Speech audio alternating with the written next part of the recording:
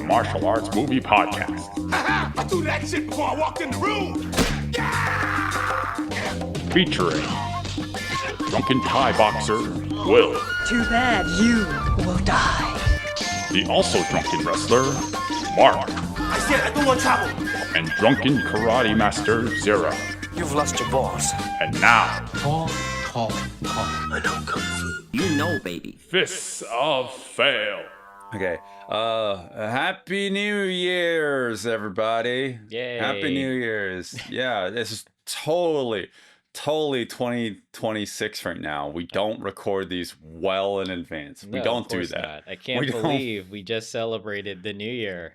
Yeah, I can't believe our president said that. Man, that is just a whoa. Like, no one expected that and didn't know that they solved world hunger overnight. Oh my God, 2026 is amazing right now. But yeah, new year, new podcast theme for the year. We have a theme. We have a new theme going on for this year. Mm-hmm. We're going back. We're going back to our roots. We started with Jackie Chan, and this whole year is gonna be Jackie Chan. It's a whole year of Jackie, right?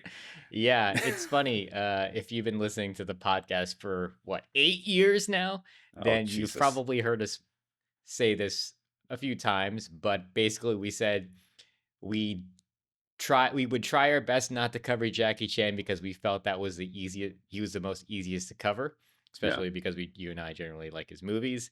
And so, if you look at our podcast episodes, we barely touched any movies from him.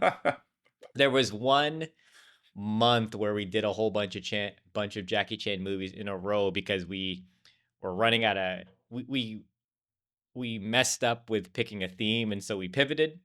It became instead of martial arts westerns, it became Jackie Chan Goes West. So we did Oh yeah, that's right. four I Jackie Chan forgot about movies in a row.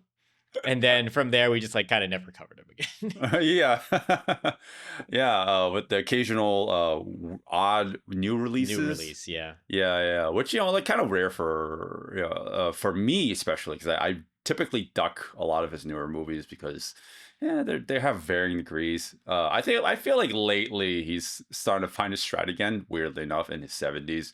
But there was a period of time where his movies were just unwatchable to me. I did not even want to try to watch them. But I mean, I don't know. This whole year, whatever we decide to cover, it could be a combination of what you guys, our Patreon listeners, our listeners in general, would really want us to cover, and also what we personally think that are good conversation topics, right? So what are we talking about today to start off this new endeavor? It is definitely the most tasteful movie of Jackie Chan's career. Tasteful, yeah. Yeah. Outside of, I don't know, Panda Plan. I don't know. We are talking about Heart of Dragon. Oh, boy. Long Dick Sum. I'm gonna try to improve my Cantonese this year. So that is the Chinese title, which is an exact translation. Heart of Dragon. Heart of Dragon. Okay. Yeah, exactly. Good to know. Yeah, good to know.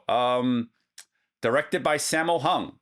So this is already starting off good. This is gonna be a great movie, right? There's nothing absolutely controversial about it whatsoever, right, Zero? Oh, of course not. Unless you might take to heart the fact that Sammo Hung plays a mentally challenged child who's trapped in the body of a 30-year-old man.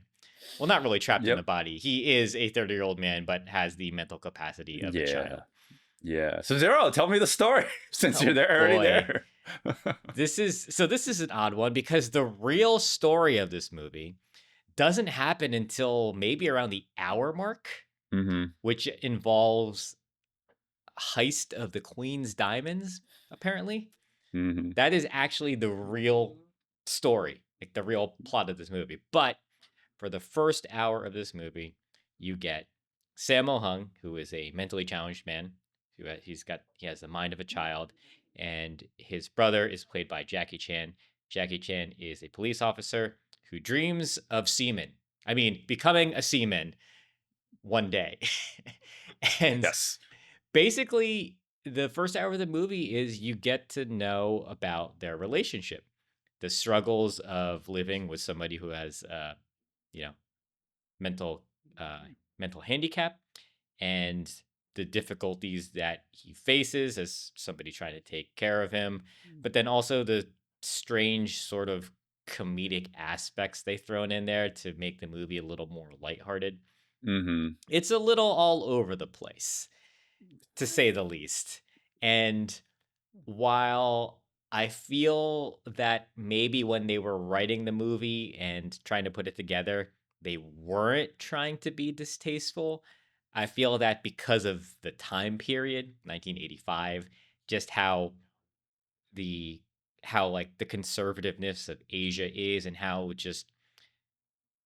sort of physically reprimanding they are of each other and children and whatnot. They were doing things that if you watch us now, you're like, oh my God, no, absolutely not. You could not do those things to a mentally challenged person. That would be horrible. Yeah.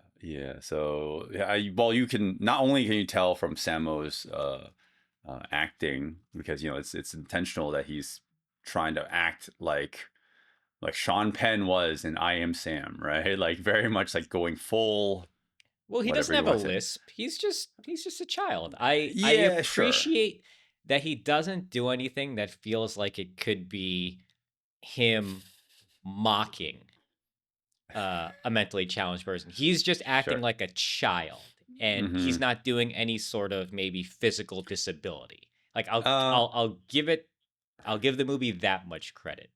To right. my recollection, he's just a child in his mind. That's it. And he Mm-hmm. cries and he acts like a child. I think the acting is fine.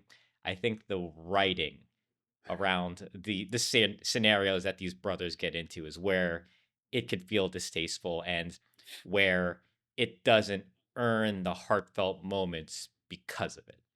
Yeah. Well, I was gonna say, outside of the performance, the writing, there's just the way that Sammo Hung is dressed the entire movie. Is like, wow, we really got to hit over the head that he is a child in a man's body. So we're gonna give him these big, bright blue overalls and like make him wear like the simplest, like, kitty outfits. Really sell home that he is a child, right? I'm surprised Of sorts. they didn't put like the They did a little hat with pinwheel there. the with the Yeah, yeah. propeller on top. Yeah, the pinwheel hat. Yeah, I was like, he's just one step away from that. Yep. He's still playing a caricature of like a mentally challenged person. And here's the thing, like a piece of trivia of this is that Golden Harvest wanted this to be like more fight scenes, right? Or rather, like, sorry, no, it wanted Sammo Hung to do more fights in the movie, right? But like Sammo Hung is playing a mentally challenged person, so he's like, no, I'm not doing that. But in general, like the whole direction of it is like it does take a little bit of inspiration from like movies like Rain Man, right? You can kind of see it, right? Especially with the brother, the brother relationship, between like Sammo and Jackie, is instead of Tom Cruise and Dustin Hoffman. Whatever, like, like this is not Rain Man, obviously, but like I wonder if in another universe this could have been played for a lot more straight, a lot more dramatic, because the fact that it blends genres and becomes a part-time action movie, becomes a part-time comedy, becomes a no, not heist, but it just becomes like blends genres, and like it kind of takes away from the fact that like it's about two brothers and their relationship with one another, because like in the first half it feels like there is a piece of conflict, right? So to expand on the story a little bit, Jackie does have a meltdown at a certain point in the movie because I mean, his life is hard. He's taking care of his brother. There's no one else to take care of him for him. So like when he feels quote unquote unappreciated, he abandons Sammo for a small portion of the movie, and that portion is like, if it was in the hands of another director or another script writer, completely different production, this idea would have been played for a lot more straight, a lot more dramatic, and it would have been expanded on more. So in this movie, it's like it's kind of like the B plot Oh no, not even B plot. It's like it's the first half of the movie, and then it just completely sidelines that, and it becomes the stealing of the crown jewels Oh boy. movie. It's a completely different movie at that point. Yeah, it becomes like Samo playing cops and robbers with his little neighborhood friends. One of the Mhm. guys who steals the jewels thinks Samo is a cop, and so he kind of runs away. Samo hides the jewels with his friends, and then it becomes this whole weird sort of intricate mess where um, they, eventually the bad guys figure out that Samo has the jewels, and they use Samo to blackmail Jackie to get some snitch back in Yeah, their possession so they can kill him, essentially. And yeah, that's like the expanded story that happens finally at the end of the movie. It gets like a little complicated, but it's just more complicated to talk out when you're watching it. You're like, okay, I get it. You get the yeah. beats and whatnot. Right. Yeah. So you can almost feel like this movie can be completely segmented into two. And I guess like a lot of our talking points will come, be revolving around the second half. And my God, like I feel like it would be remiss for me not to talk about the stylistic difference between a Samo movie and a Jackie Chan movie. Jackie Chan doesn't have to direct, but when you feel like it's a Jackie Chan production, whether he's just only doing the action or that he's a starring vehicle, it's relatively lighthearted and fun in terms of the action and his character too. Throughout all this, it just feels like a Sammo Hung movie. His movies are a lot more mean spirited in general. Mm. Like there's always one character who's I don't know. It's really hard to put into words. You see enough Sammo Hung movies, you kind of like start to pick up on like some characters are just a lot more rough around the edges. Jackie Chan is not really his typical Jackie Chan self in Oh this man, movie. he is so different here Yeah, from his regular archetype. yeah, Which is kind of nice because he feels like a real person, despite how over the top they kind of make his meltdown. Like yeah. that comes a little too out of nowhere for me personally. Like I understand the situation. He's struggling taking care of his brother, but then he just fucking loses it, and he starts assaulting his mentally challenged brother, and you're just like, oh no, like that is not good. You can like I mentioned earlier, this is the time period, right? This is Hong Kong, Mm, 1985. Like, oh, yep. it's okay to hit your kids, but like when you see this now, you're just like, no, this is not what you should be doing. So you just have to kind of keep that in your mind. That's just how people Yeah. were at this Yeah, time. yeah, yeah. No, I definitely get that. I get that. But I mean, just saying, like, I feel like Sammo Hung, especially during this time, right? You're talking about movies like, especially like Eastern Condors, right? Like, can you imagine Jackie Chan being part of that production? Like, I can't even fathom that because like Jackie Chan's his on-screen persona has always been typically is a lot more like on the jovial side, a lot A more little more lighthearted, playful, yeah. lighthearted. Yeah. So So the it's writer just of funny this seeing him here. movie is Barry Wong, Mm-hmm. and he did a lot of Sammo movies as well. He wrote the Fight Back to School series, Yep. screenplay for Hard Boiled, but then also he wrote Twin Dragons, and then also what else has he done? Yeah, he did Eastern Condor as well. Yep. Yep. Okay, that all So makes sense. Yeah. so yeah, like this is like yeah, like he seems to kind of veer. Oh, Petty Cab Driver, obviously too. So Another one that's like a big, like, like shock to the system kind of movie. yeah. So like Um, like it's funny because like yeah, Jackie's in this movie, and I'm glad it's him because I think he has the acting ability to play this character. I yeah, just wish the writing had a little more subtlety and was able to be like more updated to be tasteful. But yeah. it's just of its time, unfortunately. Yeah, that's what it is. It's of the time, and there's also gay panic. I mean, there's a gay panic scene I mean, it of. works. It works for the story, though. Like he is holding his brother's hand because his Mhm, brother is actually a 30-year-old man. He's embarrassed because everybody thinks they're gay, but the hand yeah, holding is essential because he's taking care of but his he needs to little tell brother. everyone he's not gay. Yeah, He just says, "I'm not gay. I'm not gay. It's my brother. It's not gay. yeah, but He's mentally but challenged. I'm not thematically it gay." comes back in the end, so Yes. so it's okay. They have that little lighthearted moment. Sure, sure.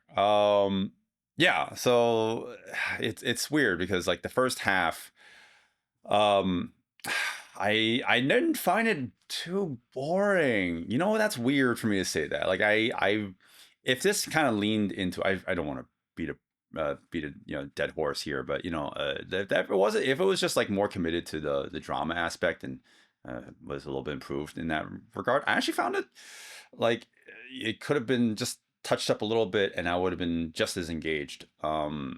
But then because I had to do this big pivot into more of a traditional action movie, I was like, all right, well, that kind of makes the first half feel like not a waste, but it feels like that went nowhere. Right? Yeah. I Because mean, everything kind of like the conflict set up and it's resolved almost immediately. So my thought was like, if this was, they've ever had the thought of like making this a full blown like drama in the first half, like could they have done? Because like you can tell everything just wraps up in that first 45 minutes, right? So how do you make a whole movie out of this, right? well, what Um, probably would have happened is they probably would have expanded on the fact that Jackie is potentially getting this sailor position and he's yeah. struggling with, does he take the job? Does he stay here? And then, I mean, Oh, because that goes nowhere I either. mean, it doesn't. Yeah, he just stops apparently. Yeah.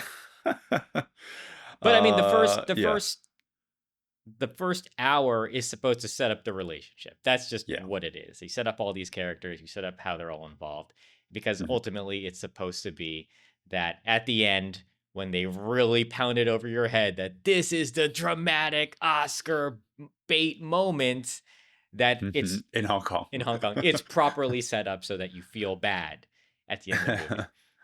Yeah, this movie got yeah. So it's like as a movie that was supposed to be touted for as a drama first, and this movie has a reputation for being like the oddball movie, the drama movie, right? For a movie that's known for that, it's weird that it was nominated, and I think no, I didn't win it, but like it was nominated for best action choreography in 1986. So I was like, okay, well, I guess there must be something really good about this movie that's not about the bonkers premise, the bonkers idea. I mean, Jackie Um, Chan got nominated for Best Actor, and Sammo Hung got nominated for yeah, Best Director as well. that's So also true. That's also yeah, true. so That's also true. people, I guess, liked it. It didn't win. The song won. Yeah, the song won. Yeah. Um, Yeah, but the second half, I guess that's like, I mean, there actually is a tiny bit of action sprinkled in the very beginning, and that's something I want to talk about too. Like when I say sprinkled, because if you are like me and watch the tradition, the original cut, the most of the international cuts and even the Hong Kong cut, you are missing two fight scenes in this movie, and I had to scour to find those two missing fight scenes in the Japanese cut of this movie, and they really add so much value to this movie, not in terms of story, but just to kind of like Well, it give breaks you a things little bit up. more. Yeah, Yeah, yeah. because I'm the sad movie. that they didn't have So it. I guess we're just gonna go into the action now, right?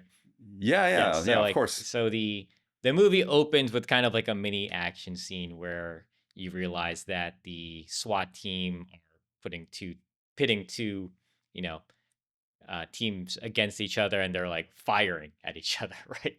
When Yeah. I remember when I saw this, I was like, oh shit, is Jackie just straight up machine gunning all these people? But it turns out they're blanks. It's Yeah. very Yeah. strange. Yeah. But anyway, so Right. like you get this like little action moment in the jungle, and that's Lam Ching Ying, right? His commanding Yep. officer, hmm still has like the thick Mr. Vampire eyebrows.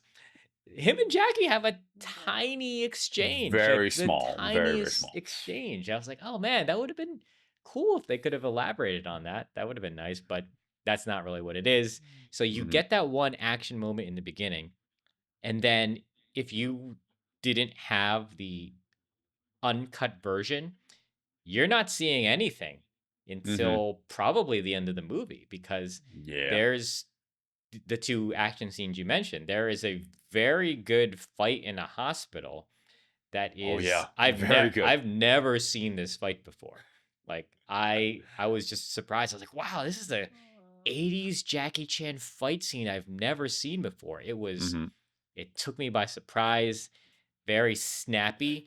it's interesting. It's very quickly edited, but there's so much clarity in the Mm-hmm. composition and blocking that I could still make out everything going on. I was like, see, this is what people like us are nostalgic about when it comes to like Yep. these 80s Hong Kong movies. Despite everything that's going on, like there's so much clarity in the fight scene. It's just Mm-hmm. so nice. It's so Yeah, comforting. it's a odd simplicity about it too. Yeah. And it's not like overdone. It's not overly flashy in terms of like, look at what modern technology can do with the camera whipping back and forth, finding, like these overhead shots and look like, like all these creative things that like, you just didn't have back then. Have back then. So like, what do you do? Like, well, you have to be creative. The camera moves in a very like specific way, very simple fashion, but yet captures all the movements really well. So like yeah, that fight in the hospital is great, and I cannot believe that it was omitted, because they wanted to be like less about the action and more about the drama. So they took out what a great action scene that was, because I honestly think that the rest of the action in the movie doesn't really compare. One of the best action scenes in the whole movie was actually a deleted scene, quote unquote deleted scene. So I'm actually kind of like upset to see that or to know that fact. Because the rest of the action in the movie, it's okay. It's like I wouldn't say this is the best I've seen of from anybody, but we have a lot of people to call out in this movie. I think that's what it, for me it comes down to. Like, there's a lot of like big name Hong Kong action stars that are like kind of sprinkled all throughout the film, and I'd love to give them a shout out. But even seeing them was like it didn't really do too much for me. I think there's some really good stunts in the movie. There's But a I think I'm more bunch of stunts in the movie. Yeah, some pretty yeah, dangerous stunts where they yeah. one stunt famously goes awry. I think that was Hmm. fuck, who was that again? Was it Chingala. Chin Carlock, who Hmm. famously jumps out a window and is supposed to Yep. land on the awning Yep. below, and then on the car below that. Yep. On his Hmm. first attempt, he He overextends the just jump, completely jumped over it, yeah. misses the awning, lands on his On the feet on sidewalk. the Yeah. sidewalk, crumbles down, and then the car like kind of runs him over. Like I think it just Yep. stops right when Yep. he's under the Yep. wheel. And I think he mentioned that it just went all black, and they were Yep. surprised that he didn't break his legs. Oh my god, what an insane stunt! I mean, Yep. when you Yep. see it done properly in the movie, you're like, oh, cool, that's a cool stunt. When you see Yep. the outtakes, you just like you can feel your butthole tighten because you see him just Hmm. barely miss the awning. You see his hands like kind of try to grab it, I think Hmm. a little bit, and then just goes right to the fucking concrete. It is, it's scary. Yeah, and then a couple weeks later, days later, they filmed the other big stunt in the movie where there's a big explosion and everyone just jumps out this seven floor building. Multiple stuntmen at the same time. That's a stunt that I want to talk about much more in detail when we get to the action segment. But if you guys are at all curious, definitely go check out the documentary Kung Fu Stuntmen, because they cover this in greater detail too, like Yeah. all firsthand accounts from it. That's where I got all my information on this. It's great. Like his yeah, like all the background information on that is like holy shit, everything that could go wrong went wrong, yeah. Mhm. But it was great for the 4 seconds it's on screen. Yeah, it's so weird that some of these crazy stunts sometimes, because when you look at that stunt and the amount of screen time they give it, it almost feels like it wasn't that complicated. It's just a bunch of guys jumping off Yep. the seventh floor, and they go past, the frame, and you're like, oh, that's Yep. it, and it's Hmm. over so quickly. You like I kind of thought nothing of it, honestly, Hmm. when I saw it. It was only Yeah. because I saw the documentary that I realized the difficulty of it, because there was just so much Yeah. more accounts of how things could have gone wrong, and like how dangerous it was, and how like people were scared to do the stunt. They like some stuntmen refused to do it. Just they quit. Yeah, Yeah, they some quit people on the quit. spot. Yeah.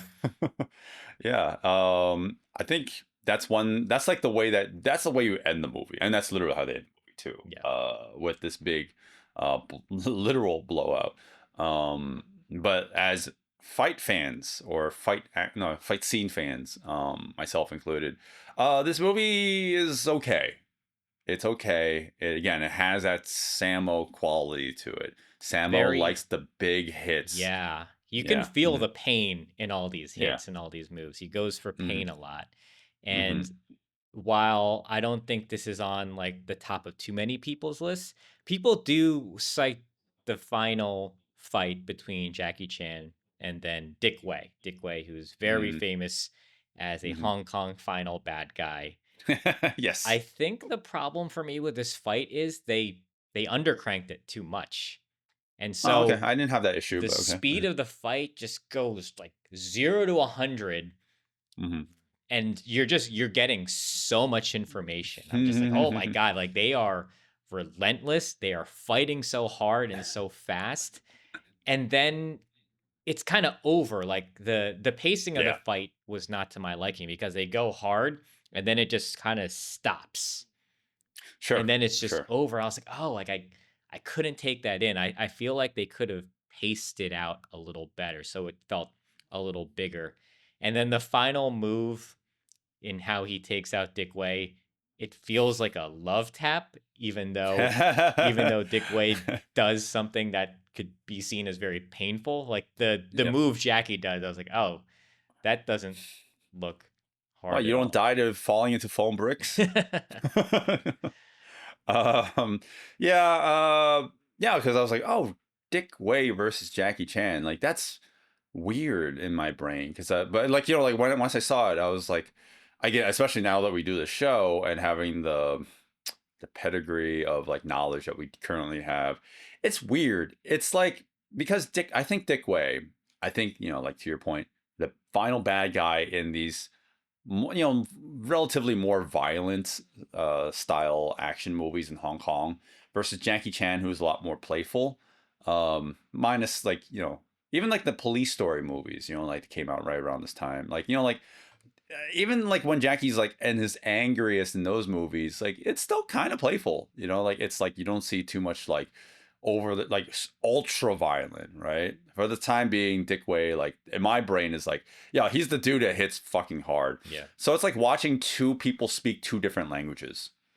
When I was watching this scene, it's like it's weird because like Jackie Chan, like he has to kind of like learn the language of Sammo or like speak the language of Sammo Hung's action choreography to fit into the scene. Don't mind you, Jackie Chan, nails it. It's just weird, because Jackie Chan, like when I think of him, I think of like more. I'm a broken record at this point, but he's the more playful side character, I mean, performer. I think what Jackie Chan did here was good because this is more in line with kind of what you mentioned. This is more in line with his more intense, like police story stuff, like Yeah, fighting to the death. And it's interesting because I think this is the first time I've seen Jackie Chan kill somebody on screen, like actually kill people. Yeah, he kills a couple people in this movie. People. I was really shocked. That's what I mean. This is a Sammo movie. Yeah, I was through and through. shocked because in the beginning of the movie they fake you out. You don't realize that they're shooting each other with blanks because it's just a SWAT training drill. And then when you come to the end, he's got the fire in his eyes. He wants to save Sammo, his brother. And there's moments where he's like, "Oh, he impaled that man with a pickaxe and walked away to fight more people." It's very matter of fact. It's crazy. Yeah. Sammo Hung production. Yep. I just to go back on that with the whole like the way that the second half of the movie plays out. I just it really does just completely crumble for me. Because like I didn't feel like the bad guys deserved any of this. Right? Because like they were They like kidnapped a mentally challenged man. yeah, but do they deserve to like die Yes. horrifically? Yes. Well, did. that's my contention here, right? Because like I was like, yeah, they kidnapped the brother, but like they get arrested at the end. That's like the proper. Like, it's not like they're like they've been Okay, going back to police story, right? it's not like the lesson you take from Police Story is like, at the end Jackie does kind of get a slap on the wrist, especially with the way that Police Story 2 starts out. He gets a slap on the wrist for basically going against his chain of commands.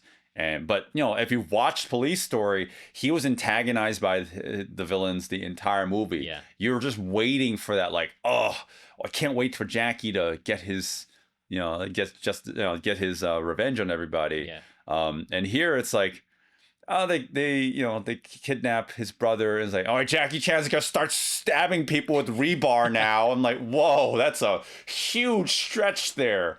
Okay. No, you are right. You are right. I mean, the whole movie, he's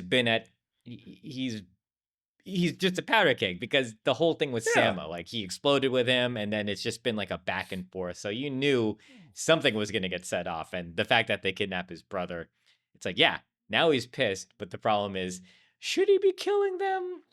Yeah, right. Yeah, He's a probably not. cop. He's a cop. He's a yeah. cop. A lot of that does completely break down for me in the movie. Like all his buddies, his cop buddies, they decide to all throw away their lives to help him out. It's like, what are you guys doing? I know he's your friend, but like every one of you is like, well, I guess my life doesn't matter. Maybe we shouldn't. We're cops. We don't, enforce the law. We're just gonna throw our lives away and get arrested with you. And like just watching the movie again, I'm like, I don't understand anyone's motivation in this film. It's friendship. It's just like Will. 0 to 1,000 Yeah. in this for me in this movie. I might talk about it a little bit more in the action segment, but I'm gonna try my best not to. But like I know I'm missing some beats here. Sure. Is there anything else we want to talk about before we go greater in detail? No, let's do Zero. it. Let's go into details. So, if you want to hear us talk about more about the action, where we do our best to break down the fight scenes, we'll probably cover a little more of the story to fill in the gaps. If you want to hear all of that, generally go about an hour. So, if you want to hear that conversation, consider subscribing to us on Patreon because there you can hear the entire uncut discussion where we are going to go into detail about the action. And if you subscribe to us on Patreon as well, you can get bonus episodes where we just talk about movies that didn't make it to a long enough conversation like this one. Yeah, sometimes it's just an action movie with some fight scenes, or maybe like a horror movie with a fight scene. I don't know. Sometimes movies are weird. All right, enough said. Let's talk about Horror Dragon. Hey guys, thanks for listening to the podcast. We're at the point where we give our recommendations, but there's a whole wealth of audio you would be listening to here if you follow us on Patreon. There you can listen to the entire episode, including an exclusive action breakdown of the fights in the movie. And now on to our final thoughts. But that is Heart of Dragon. That is yeah. Heart of Dragon.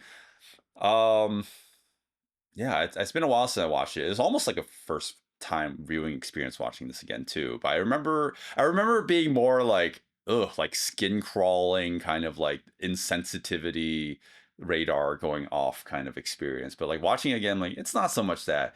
Yeah, it's kind of like dated, but they don't dwell on it, at least. Like it's not like Sammo Hung's is mentally challenged. Let's just like have all the stereotypes about that kind of disability and then like just dwell on this. I thought he was gonna go into like some sort of like physical, like pantomiming, trying to be mentally challenged. Because like I always heard people say like, "Oh, this is very distasteful," but he's just like I mentioned earlier. He has the mind of a child. It's not that bad. It's just not written well either. And then they do a lot of violence towards him. And so if you know he's supposed to be a mentally challenged person, that's just not. Yeah, it's not something you want to see on screen. So. Yeah. And the fact that he's playing that character, given all my complaints, like on top of all the, aside from all the complaints I have with the way that the story is told, the fact that he's mentally challenged as a character, it doesn't affect the story overall too much. Like the movie itself, like any problems I have with it really are outside that fact. It's just the movie itself as a viewing experience is just like it's okay. Like it could definitely be improved. Because like the fact that it's so segmented, first act and second act, are just so like completely unrelated for the most part. It feels like a very disjointed movie experience for me. Yeah, it's kind of a shame they couldn't weave the actual real story of the movie Yeah. involving the diamonds and then all that stuff with the bad guys like into overall movie instead of just kind of tacking it on at the end. It's like because after all that setup, you don't know where the movie's really going, and then it's like, hey, diamond, gold jewelry heist, and now it's the real plot. Yeah. I mean, as we all know, a lot of Hong Kong action or movies are just kind of filmed as you go, right? So I'm wondering at a certain point, like they got halfway through the production, like, fuck it, pivot, just pivot. Let's just get all our buddies together and then make the rest of the movie an action movie, whether it's a studio command from Golden Harvest themselves. Or not, I don't know, because maybe they did have the initial confidence that like we could just make a straight up drama without like having too much action. But I don't know, like that's my theory. But I don't know. But then we have the earlier fight scenes anyway, so it's like, yeah, either you're gonna have action or you're not. This movie is still strange in that regard. Like from a production standpoint, it's like I don't know what they were thinking when they were making this movie. I hear all these like theories that like, yeah, we want this to be a lot more dramatic role from everybody and more serious. But then you see the final product, it's like it's kind of goofy at times, but it's not goofy enough. I think so it's just a anomaly of a doesn't movie. Help it either. Yeah, sure, yeah. Feeling. Yeah. Yeah. The movie just is overall very goofy, but it's also very violent. So it's just a strange movie. Yeah. But not for the reasons that everyone says it is. Everyone thinks it's strange because, oh, Samuel plays a mentally challenged person. Like, no, that's not the strange part. The strange part is actually everything else. Well, I mean, it's family drama meets martial arts action movie. Yeah. And when you dig deeper into family drama, it's family drama where a brother is trying to take care of his mentally challenged brother. It's like then throwing in martial arts action there really doesn't work. But they kind of made it work. Did their best. They did their best, I guess you could say. I mean, Jackie Chan can act. Sammo Hung can act. They're fine That's true. in this film.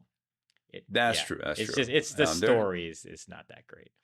Yeah. There's some moments where I'm like, all right, it feels kind of heartfelt, but yeah, overall, it's not the best story. As action heads, I would really highly say just watch the fight scenes or action scenes. I really don't know if I can actually full-heartedly recommend watching the movie. I mean, if you're a real Jackie fan, of course, watch the movie. We watch most of his movies. This is one of those movies where I'm like, I can't recommend this to most general audience people. If you are even remotely interested in action, you want to be a little bit more like eagle-eyed about this. This is one of those movies where I'm like, just watch the fight scenes or watch this stunt because like this is a weird full-on movie to recommend to people for me. Yeah, I mean it's hard because it can get insensitive at times and it's not dated well. So yeah, this is very difficult to recommend. This is for Jackie Chan fans, Hong Kong movie fans, stunt fans, but general movie audience goers, not really. Go watch Rain Man, I guess. Go watch Rain Man. Go watch I Am Sam. Yeah.